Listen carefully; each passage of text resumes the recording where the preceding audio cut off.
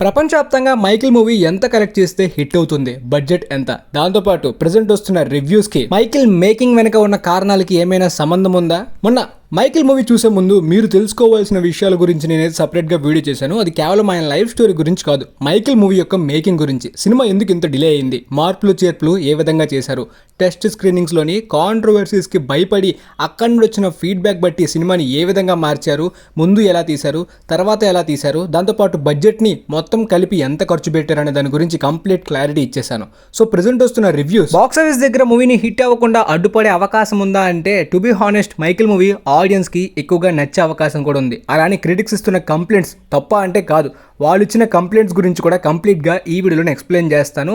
ఎందుకని కంప్లీట్ గా మైకిల్ మూవీకి మిక్స్డ్ అండ్ నెగిటివ్ రివ్యూస్ వస్తున్నాయి. ఇది కేవలం ఇనిషియల్ రివ్యూస్ రియాక్షన్స్ అయినా, తర్వాత మళ్ళీ మారే అవకాశం ఉందా, లేదంటే వాళ్ళు ఇస్తున్న రివ్యూస్ అనేవి కన్విన్సింగ్ గా ఉన్నాయా, అండ్ ఈ రివ్యూస్ వల్ల ఆడియన్స్ కి కూడా సేమ్ ఫీలింగ్ రావచ్చా సినిమా చూసిన తర్వాత అనే దాని గురించి కంప్లీట్ గా తెలుసుకుందాం. మొన్న వీడియోలో చెప్పినట్టే ఇనిషియల్ గా మైకిల్ మూవీని వాళ్ళు 2024 లోనే షూటింగ్ కంప్లీట్ చేసి టెస్ట్ స్క్రీనింగ్ చూపించినప్పుడు చాలా మంది ఆ ఫైనల్ యాక్ట్ క్లైమాక్స్ లోనే ఎంజే గారి కాంట్రవర్షియల్ మూమెంట్స్ అంటే ఆయన లైఫ్ స్టోరీలోని స్టార్ గా రైజ్ అవ్వడం, మొత్తం సక్సెస్ ని చూడడం మాత్రమే కాదు, డౌన్ ఫాల్ ని ఎదుర్కొన్నప్పుడు, కాంట్రవర్సీస్ ని ఎదుర్కొన్నప్పుడు, స్కిన్ డిసీజ్ వల్ల ఆయన పర్సనల్ గా సఫర్ అవడం, ఇలాంటి ఎలిమెంట్స్ అన్నిటిని కూడా పెట్టారు. దానివల్ల చాలా కాంట్రవర్సీస్ అయ్యే అవకాశం ఉంది, చాలా మంది ట్రిగర్ అయ్యే అవకాశం ఉంది, చాలా మంది లీగల్ గా కేసెస్ పెట్టే అవకాశం ఉంది. అండ్ మైకిల్ మూవీలోని కొన్ని సీక్రెట్స్ ని, మిస్టరీస్ ని, మైకిల్ జాక్సన్ గారి రియల్ లైఫ్ లో జరిగిన సంఘటనల్ని కొన్ని థియేటర్స్ లోని చూపించలేరు. చూపిస్తే చాలా మంది కేసు పెట్టడం, హట్ అవడం మాత్రమే కాదు, డైరెక్ట్ గా మేకర్స్ ని లేపైనా లేపేయచ్చు.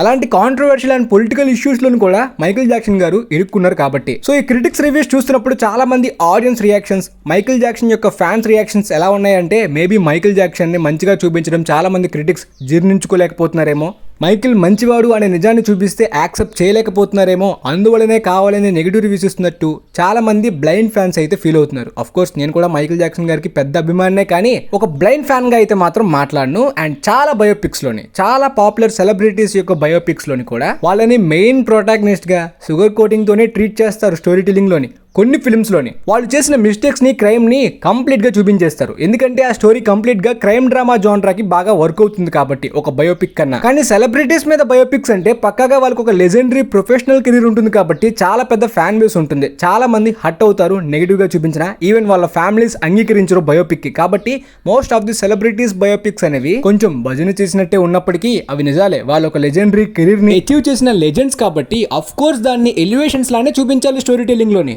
సో మైకిల్ మూవీలో ఇందువల్లనే ప్రాబ్లం వచ్చిందంటే నేను నమ్మను. చాలా మంది క్రిటిక్స్లోని, ఎక్కువ మంది నెగిటివ్ రివ్యూస్ ఇచ్చిన వాళ్ళలోని చెప్తున్న కంప్లైంట్స్లోనే సినిమా ఇన్కంప్లీట్గా ఉందని. ఇదైతే నాకు కన్విన్సింగ్గా అనిపిస్తుంది గైస్ వాళ్ళ రివ్యూ. ఎందుకంటే సినిమా ఇన్కంప్లీట్గానే, అంటే మైకిల్ బయోపిక్ అనేది ఇన్కంప్లీట్గానే ఎండ్ అవుతుంది. మొన్న వీడియోలో చెప్పాను కదా, మైకిల్ జాక్సన్ కెరీర్ మొత్తాన్ని కూడా ఒకే సినిమాలో చూపించడం అసాధ్యం. కాబట్టి వాళ్ళు సెకండ్ పార్ట్ని, ఇనిషియల్గా షూట్ చేసిన ఫుటేజ్ని 2 పార్ట్స్గా అనుకున్నారు. సో ఫస్ట్ పార్ట్ని క్లిఫ్ హ్యాంగర్తో ఎండ్ చేస్తారు. ఆ తర్వాత మైకిల్ జాక్సన్ వైట్గా మారిన స్టోరీ, అది ఆ స్కిన్ డిసీజ్ వల్ల బ్లాక్ నుండి వైట్గా తన స్కిన్ మారడం, అక్కడ నుండి కాంట్రవర్సీస్ని ఫేస్ చేయడం, డౌన్ఫాల్ని ఎదుర్కోవడం, ఇవన్నీ కూడా సెకండ్ పార్ట్ లో ఉండొచ్చు అనుకున్నాను. కానీ వీళ్ళు 2 పార్ట్స్ గా అసలు అనౌన్స్ చేయలేదు.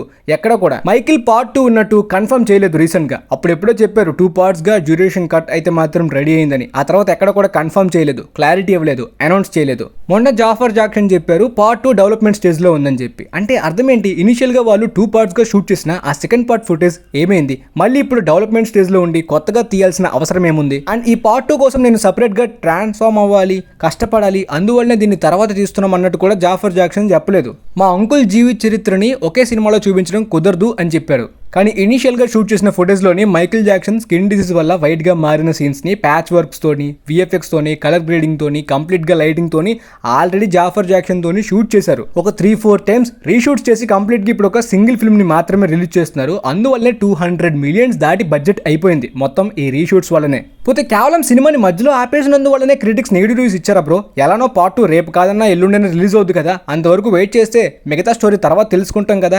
కాబట్టి ఈ ఒక్క పార్ట్ ని ఎందుకు హేట్ చేయాలి, వాళ్ళు ఎందుకు నెగిటివ్ రివ్యూస్ ఇవ్వాలంటే, ఫర్ ఎగ్జాంపుల్ చాలా సెలబ్రిటీస్ యొక్క బయోపిక్స్ లోని వాళ్ళు ప్రమాదాలని ఫేస్ చేయడం కానీ, డౌన్ ఫాల్ ని ఎదుర్కోవడం కానీ, అండ్ వాళ్ళు ఓడిపోవడం, ఫెయిల్ అవ్వడం, ఇలా వాళ్ళలో ఉన్న ఫ్లాస్ ని కూడా చాలా సినిమాల్లో చూపిస్తారు.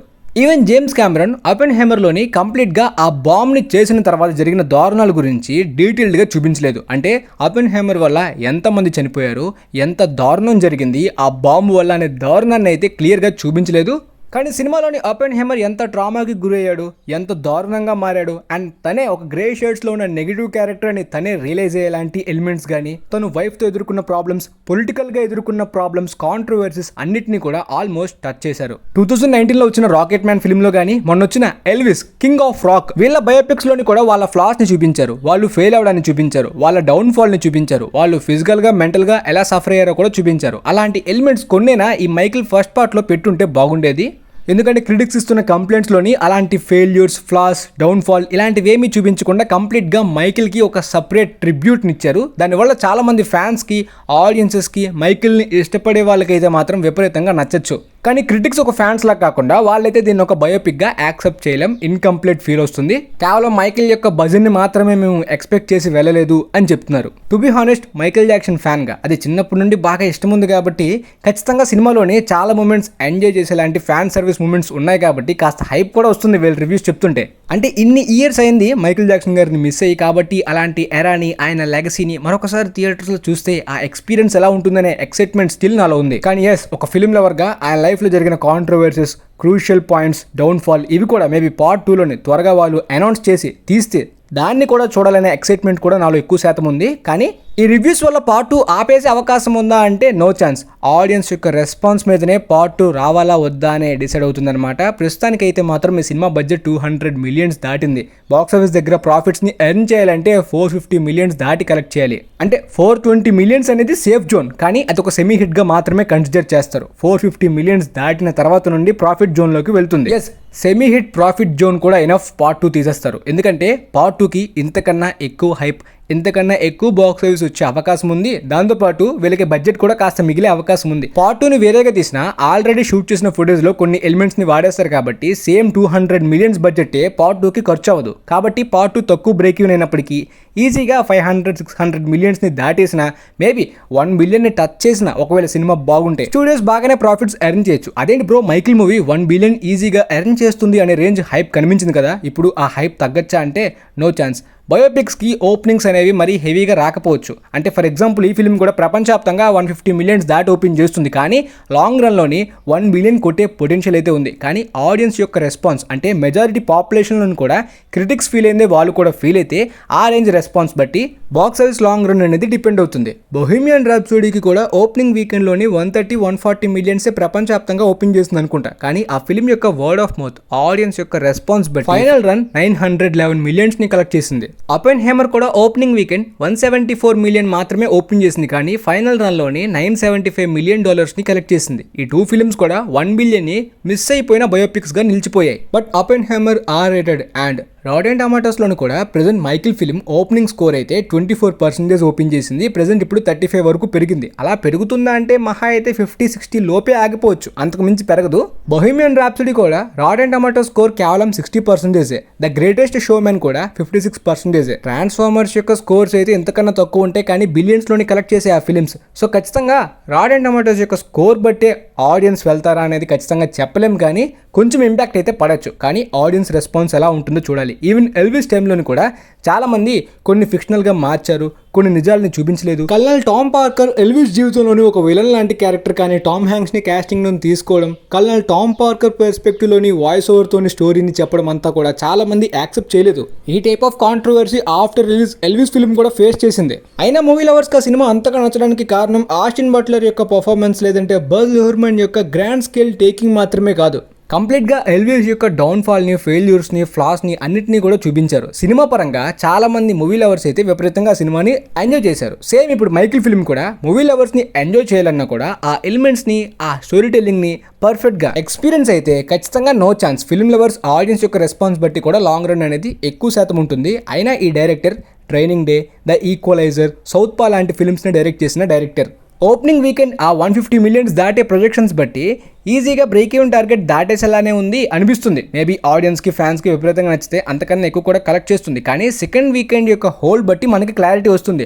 ఆడియన్స్కి సినిమా ఎంతవరకు ఎంటర్టైన్ చేసింది, ఎంతవరకు మెప్పించింది, లాంగ్ రన్ ఏ రేంజ్లో ఉంటుంది అనే దాని గురించి మనకి సెకండ్ వీకెండ్న క్లారిటీ వస్తుంది. అండ్ ఓపెనింగ్ వీకెండ్ కూడా కేవలం 150 మిలియన్సేనా, అంతకు మించి పెరుగుతుందా లేదంటే ఈ రివ్యూస్ బట్టి అంతకన్నా తగ్గుతుందా అనేది మండే బాక్స్ హౌస్ వీడియోలోని మనం ఖచ్చితంగా తెలుసుకుందాం. అండ్ సినిమా యొక్క రివ్యూ కూడా నాది సినిమా చూడగానే అప్లోడ్ చేస్తాను నాకు ఎలా అనిపించిందని.